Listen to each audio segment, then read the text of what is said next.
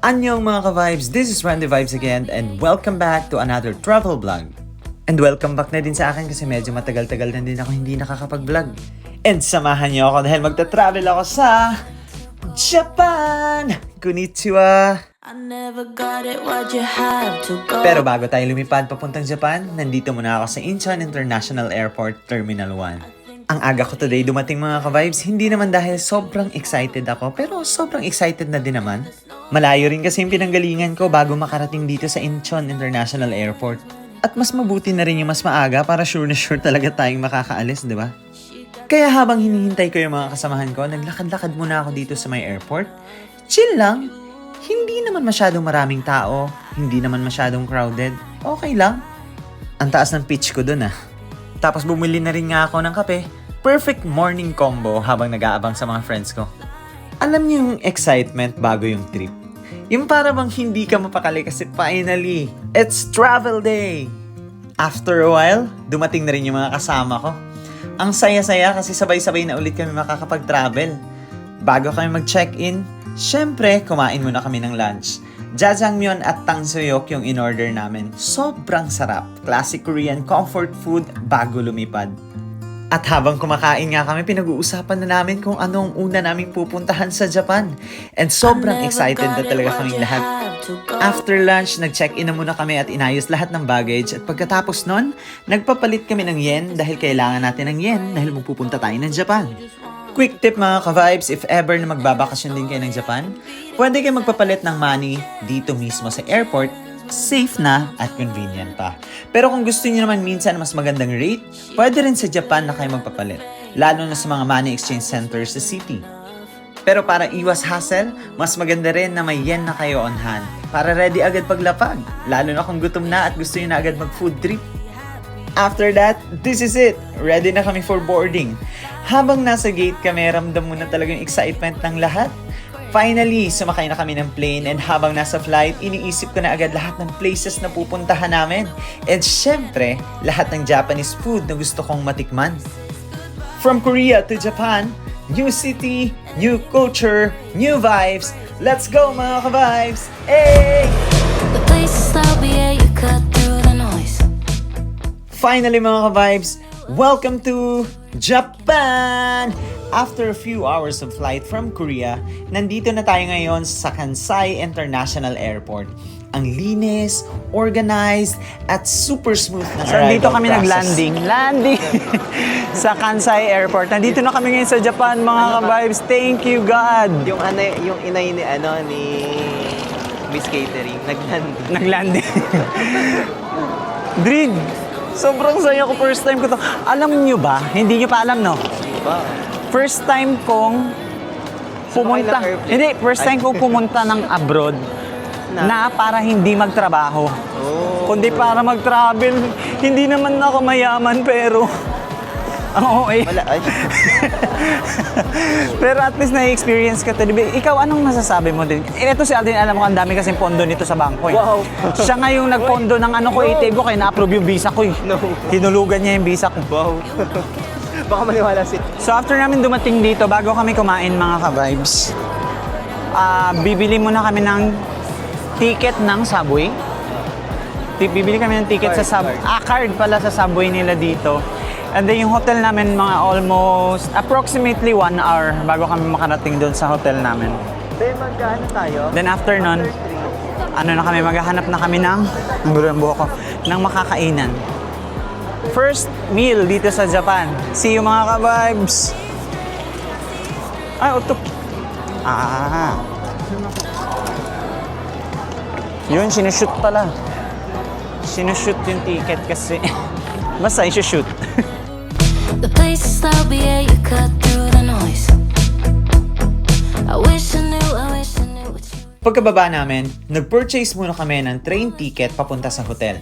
Quick tip mga ka-vibes, pwede kayong gumamit ng IC card like Suica or iCoca na pwede nyo ma-avail dito pagkababa nyo. Para convenient siya sa trains, convenience stores, at vending machines. Which is hindi ko nagamit sa convenience store at vending machine. Nagamit ko lang siya sa train kasi hindi ko sinubukan na pwede pala yun. Ngayon ko lang nalaman.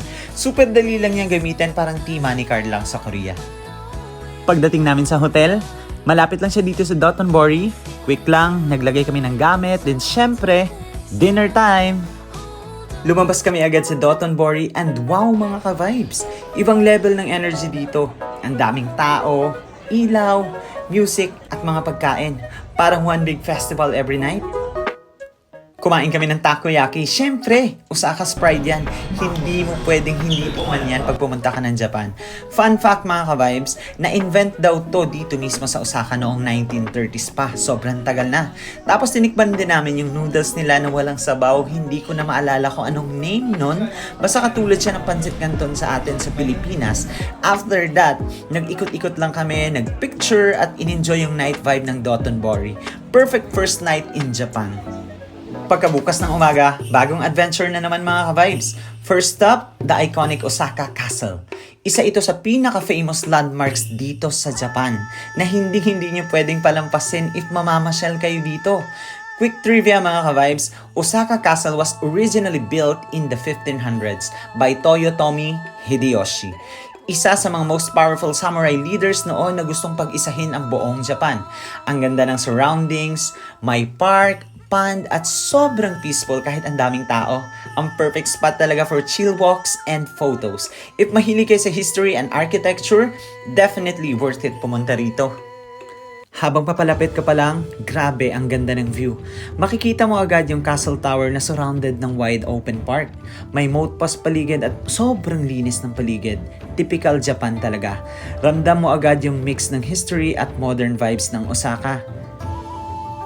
Gaya nga ng sabi ko kanina, fun fact mga ka-vibes, Osaka Castle was originally built in the late 1500s by Toyotomi Hideyoshi, isa sa mga most powerful samurai leader sa history ng Japan. Siya yung naghangad na pag-isahin ang buong bansa after years of civil war.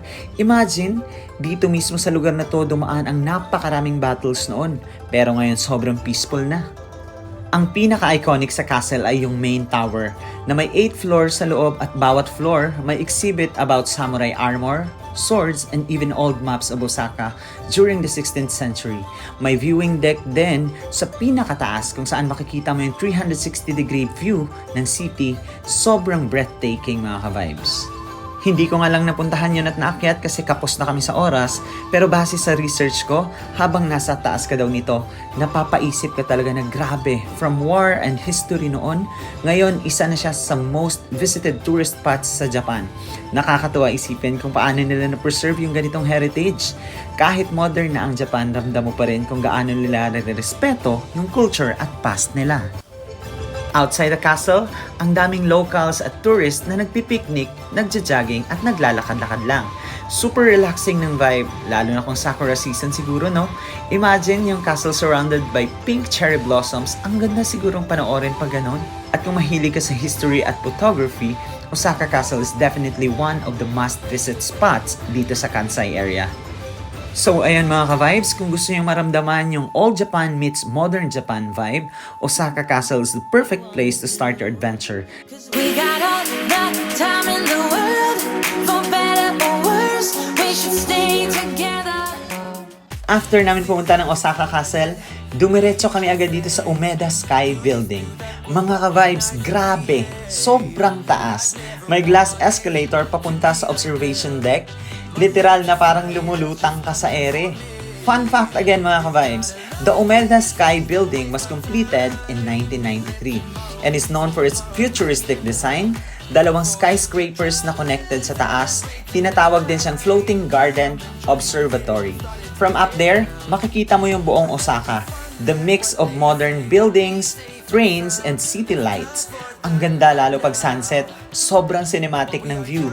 Definitely a must visit if gusto niyo ng breathtaking skyline shots. That we got plenty of time. Perfect spot to end the day. Sobrang peaceful, tapos mararamdaman mo talaga yung modern side ng Japan. So ayan mga ka-vibes, that wraps up our Osaka adventure. From the colorful Dotonbori to the historical Osaka Castle hanggang sa breathtaking view sa Umeda Sky Building. Grabe, Osaka never disappoints. 100% talaga. Ang saya ng mix ng tradition at modern life dito. Parang bawat sulok may kwento, from samurai history hanggang sa futuristic architecture. Pero syempre, hindi pa dito natatapos ang ating Japan trip. Dahil next up, Kyoto! Let tomorrow be tomorrow, right here now. Won't let them bother. Temples, shrines, at cultural vibes naman ang aantay natin doon. Promise, marami pa kayong makikitang amazing spots. So ayun mga ka-vibes, this has been Randy, your good vibes provider. Stay positive, stay inspired, and keep vibing. Pero mga ka-vibes, syempre hindi pa dito natatapos ang ating Japan journey. After exploring the lively streets of Osaka, time naman para mag-slow down at maramdaman ang heart of traditional Japan. Susubukan natin magsuot ng traditional attire at syempre, titikman natin ang authentic matcha ice cream right where it all began. Kaya samahan niyo ulit ako sa part 2 ng Japan Vibes, the Kyoto Edition. Mas calm, mas cultural, pero same good vibes pa rin. But for now, hanggang dito na lang muna. See you on my next video. This is Randy Vibes. Patuloy kang mangarap. Annyeong! Plenty of time. We are young and we got plenty of time.